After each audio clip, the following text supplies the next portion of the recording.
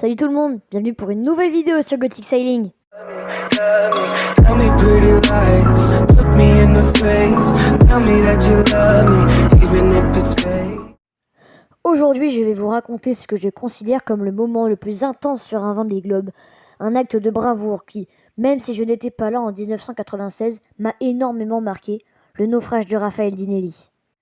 De son chavirage à son sauvetage héroïque par Pete Goss, devenu depuis son témoin de mariage, en passant par le mât perforatrice de son bateau et un état d'hypothermie très avancé. Vous saurez tout dans cette vidéo. Si mon contenu vous plaît, n'hésitez pas à vous abonner, à liker et à partager. Et sur ce, on y va pour la vidéo.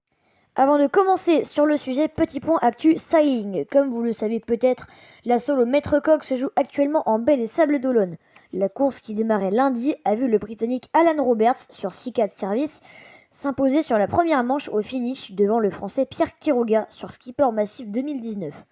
Tom Laperche, le tenant du titre, sur Bretagne CMB Performance, a terminé 3e.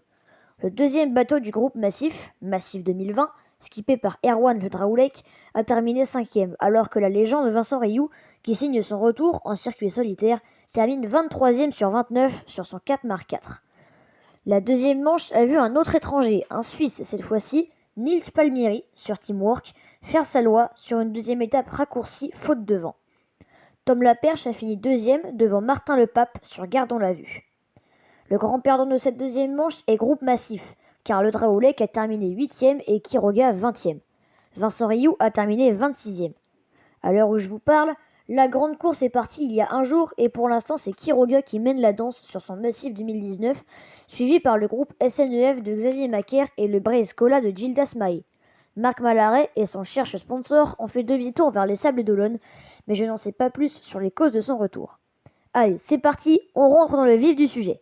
Raphaël Dinelli, né le 13 mai 1968 à Floirac, en Gironde, compte à ce jour 4 participations au Vendée Globe. Après avoir pris part au Figaro 1995, le skipper se prépare donc pour le Vendée Globe 1996. Mais son principal sponsor se retire. Il convainc donc Philippe Gentot, organisateur de la course, de lui céder son Crédit Agricole 4, légendaire bateau avec lequel il a terminé le Vendée Globe 1989 et le Bob Challenge 1990, mais la remise en état du bateau devait être réalisée par l'équipe de Dinelli et non par celle de Gentot. L'association Demain pour les enfants décide de le soutenir afin de financer sa participation au Vendée Globe. Le Girondin parvint à recueillir les fonds nécessaires pour remplacer la quille, qui est allongée et allégée de 2 tonnes. 2 semaines précédant le départ de la circumnavigation la plus prestigieuse au monde, Dinelli obtient le soutien de la société Primac et de leur produit Algimous. Le nouveau partenaire de Raphaël lui permet de boucler le budget nécessaire pour financer la globalité de la participation, jusqu'alors déficitaire d'1 million de francs. Mais un malheur va lui arriver. Son bateau, prêt trop tard, ne peut effectuer les 2000 milles nécessaires à sa qualification en raison d'une tempête en mer d'Irlande le 27 octobre 1996. Il n'est donc pas autorisé à participer au Vendée Globe, malgré le soutien de Gentot et les autres skippers. Mais rien n'y fait. Il veut y être à ce départ, coûte que coûte, et il y sera. Le 3 novembre 1996, Dinelli est sur la ligne de départ aux Sables d'Olonne. Il est le premier et seul marin de l'histoire à ce jour à être aussi amoureux du large qu'il prend un départ de Vendée Globe sans enjeu pour lui, car non classé. Toute la presse française le surnomme le pirate. Pendant les 2 premiers mois de course, il navigue dans un groupe de queue assez homogène en compagnie de Catherine Chabot, Pete Goss et Patrick de Radigues. Mais sa vie va changer le 25 décembre de cette même année. Raphaël n'est pas prêt d'oublier ce Noël 1996. La mer est absolument démontée dans le Grand Sud et l'océan Indien. Une tempête d'une force absolument démente fait rage. 60 nœuds de vent et des rafales pouvant monter jusqu'à 70 nœuds. Le skipper girondin faxe au PC Course la situation dans laquelle il se trouve. Algimous s'est retourné par 2 fois, mât dans l'eau. Le bateau, à sec de toile, part régulièrement dans des surfs à plus de 20 nœuds de vitesse. Mais le pire est encore à venir, car soudain, une vague plus forte que les autres envoie le bateau de Dinelli dans une accélération gigantesque, accélération qui finit par planter Algimous dans une vague. Le bateau se retrouve cul par-dessus tête. Mais ce n'est pas la fin des ennuis. Dans le choc, le bateau démate et ce dernier perfore le pont du navire. 3 des 6 cloisons étanches cèdent et l'eau glacée commence à envahir la cabine du bateau.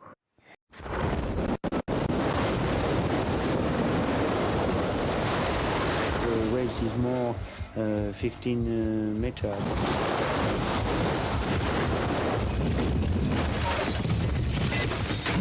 I know in this wave I have a big problem. My boat suddenly upside down very hard. My first reaction is not my life. I say, oh, the race is finished.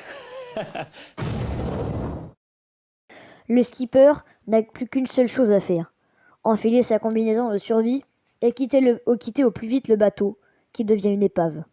Le skipper réussit à emmener quelques vivres, mais il ne put aller en chercher plus à cause de l'eau montant extrêmement vite. Raphaël mettrait sa vie en danger à tout retour dans l'épave. À l'aide de son harnais, il s'accroche à son bateau. Sur le pont, il est en permanence fouetté par des déferlantes d'eau gelée. À mesure du temps, le pont sur lequel Raphaël tient encore debout, depuis plusieurs heures désormais, commence peu à peu à être doucement recouvert d'eau. Cela ne signifie qu'une chose. Algimous est rempli et commence à couler. À mi-chemin entre l'Afrique du Sud et l'Australie, absolument personne ne peut venir le secourir, mis à part un concurrent de course. Les balises de détresse de Dinelli sont activées. Mais les skippers les plus proches du skipper girondin sont encore à quelques jours de mer. Dinelli est en état de détresse avancée et d'hypothermie. Pete Goss, sur son petit 50 pieds Aquacorum, est le skipper le plus proche de l'épave d'Algimous. Le Britannique affronte lui-même la terrible tempête qu'a affrontée Dinelli. Il se bat, cravache et s'excuse auprès de Philippe Gentot pour l'absence de nouvelles. « Désolé Philippe de ne pas te donner de nouvelles, mais je suis dans une énorme tempête. Je chavire toutes les 30 minutes dans des déferlantes à 90 nœuds, écrit-il au directeur de course. Il va jusqu'à se mettre en danger pour localiser son concurrent en perdition. Pendant ce temps, à quelques milles plus loin, c'est la guerre. Dinelli est toujours en proie au flot glacé.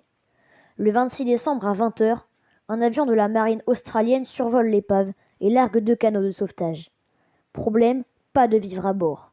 Dans un ultime acte de survie, Raphaël retourne à l'intérieur de son bateau et réussit héroïquement à attraper une caisse de vivres, puis saute dans un des 2 canots, largués par l'avion de la marine australienne. 15 minutes plus tard, Algimous sombre définitivement.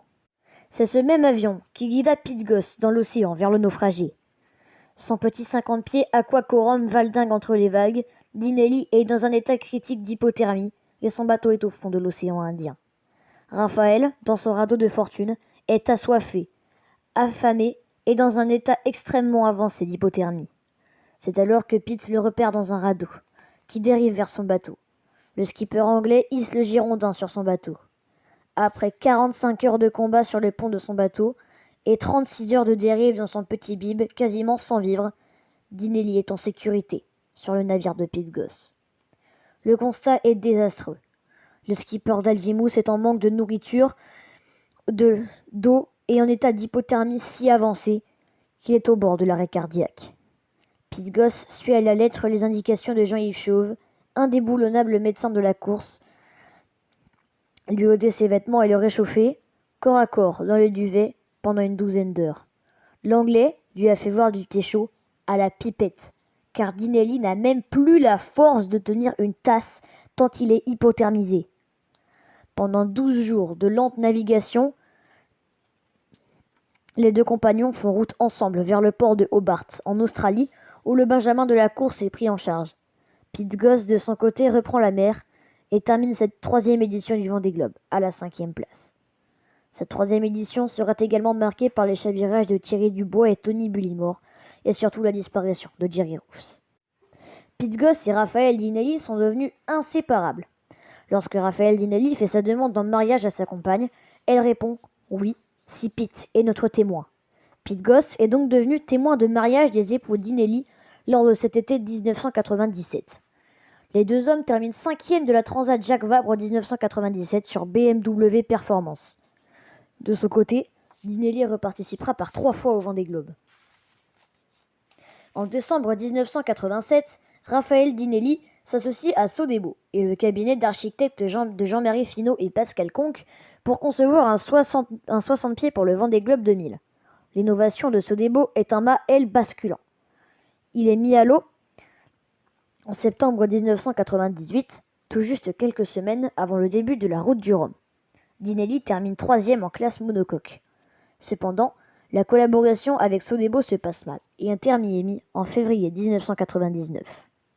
Malgré tout, il ne renonce pas et porte en 2000, au départ du Vendée Globe, les couleurs de Sogal Extenso, son nouveau partenaire. Heurtant une baleine, il est contraint à l'abandon, car obligé de s'arrêter pour réparer. Il terminera néanmoins son Vendée Globe hors course. Puis, en 2004, c'est la consécration.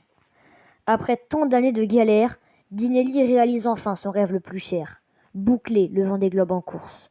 Avant-dernier certes, il y parvient quand même, à bord d'Akena Véranda, en 125 jours, 4 heures, 7 minutes et 14 secondes. En 2008, il rempile pour un 3e Vendée Globe et porte les couleurs de son association, Fondation Océan Vital, à bord de l'ancien Budapest de Landorfa. Il récidive sa performance de 2004 et boucle son Vendée Globe 2008 avant-dernier en 125 jours, 2 heures, 32 minutes et 24 secondes. Il avait pris le départ le 9 novembre dernier pour promouvoir les énergies renouvelables. Mission accomplie pour Raphaël Dinelli qui a franchi samedi la ligne d'arrivée du Vendée Globe. Malgré une fin un peu difficile, avec une côte cassée, le skipper peut avoir le sourire. Le pari est réussi. Toute notre énergie a été produite avec l'éolienne qu'on va tourner et tous les panneaux solaires sans dépenser une goutte de carburant. Et ça, c'est... Notre bateau a pris 600 litres de carburant. On a vraiment travaillé dans des conditions extrêmes et on a prouvé qu'on pouvait, malgré la technologie, respecter l'environnement, et c'était ça l'objectif. Finir le Vendée Globe, ce n'était pourtant pas gagné. Avant le départ, Raphaël Dinelli s'était distingué des autres concurrents en privilégiant l'installation des panneaux solaires et d'une éolienne plutôt que la préparation du bateau lui-même. On est très heureux de l'accueillir. Beaucoup doutaient de sa capacité de finir avec son éolienne. En état de marche, elle fonctionne, les panneaux solaires ont fonctionné, le pari relevé par Raphaël Dinelli est un pari gagné. Toujours autant de monde sur le chenal pour l'accueillir, il faut dire que c'est un peu le retour de l'enfant du pays. Raphaël Dinelli est tolonnais et puis il est loin d'être un inconnu dans le Vendée Globe, c'est sa 4e édition. C'est quand même le régional de l'étape, comme on dit. Quelqu'un qui est d'ici, alors ça c'est intéressant de suivre ce qu'il a fait, surtout que il n'en était pas à son premier tour, il avait chaviré, tout ça. Alors, on l'a toujours suivi du début jusqu'à la fin. Tout ça est magnifique, c'est vraiment un grand moment. De l'instant qu'on arrive à faire son tour, je trouve que c'est déjà un exploit. En tout cas, ils nous font tous rêver. Le Vendée Globe, ce n'est en fait qu'une étape pour Raphaël Dinelli. À la tête de sa fondation, il compte bien poursuivre la promotion des énergies vertes. Un homme de courage et de défi comme Raphaël ne pouvait pas s'arrêter là. Merci Pied de Gosse pour ta bravoure et ta hargne sans limite d'être venu sauver un homme qui en aurait trop peu vécu s'il était resté dans ce maudit océan Indien. Voilà, cette vidéo est déjà terminée, j'espère qu'elle vous a plu, en tout cas moi ça m'a énormément plu d'être avec vous. Si vous aimez mon contenu, n'hésitez pas à vous abonner, à liker et à partager si ce n'est pas déjà fait, et moi je vous dis à la semaine prochaine, c'était Gothic, ciao ciao, bye. Gonna know my name.